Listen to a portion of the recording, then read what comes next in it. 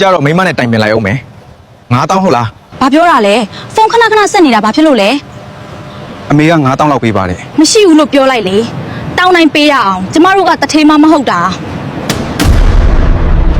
ဒီနေ့ငါသားလေးနဲ့ဖုန်းပြောလိုက်ရတယ်ပျော်လိုက်တာငါသားစီမရောက်တာတောင်ကြားပြီတခါတော့သွားလေအောင်မပဲမိသားကြီးကိုလွမ်းလို့တလာလဲတာလေလာမလဲရတာတောင်ကြာသွားပြီနော် ဟုတ်တယ်နော်ကျွန်တော်တို့မတွေ့ရတာတောင်ကြားပြီနော်မိမရေငါမေထမင်းစားဖို့တခုခုစီစဉ်အောင်ကွာ ကျုပ်ကဘာမှလာမလုပ်ခိုင်းနဲ့ကို့ဘာသာလုပ် မိမအမေကိုတိတ်မကြည့်ဘူးထင်တယ်နော်အမေလည်းဘာမှမလုပ်ထားပါဘူး မဟုတ်ပါဘူးမေရဲ့ तू စိတ်မကြည်လို့နေမှာပါလာလာအိမ်ထဲဝင်ရအောင် အေးပါကွယ် ကြက်သားဟင်းချက်ပြီးအမေကိုဖွယ်ဖွယ်ရာရာချက်ကျွေးမယ်နော်စားမလားအမေ စားမှာပေါ့သားရဲ့ငါသားချက်ကျွေးတာတခါမှမစားဘူးလေ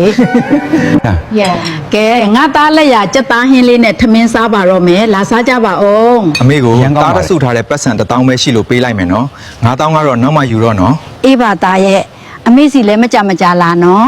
ရှင့်အမေကိုကျမမသိအောင်ပတ်စံဘလောက်ပေးလိုက်သေးလဲ ဘာမှမပေးလိုက်ပါဘူးမိမရဲ့မင်းလည်းစိတ်ကြီးပဲ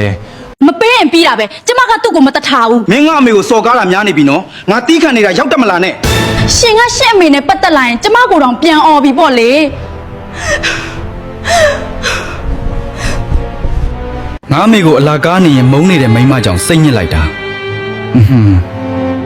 မသိတော့ဘူးဗျာအိတ်တော့မယ်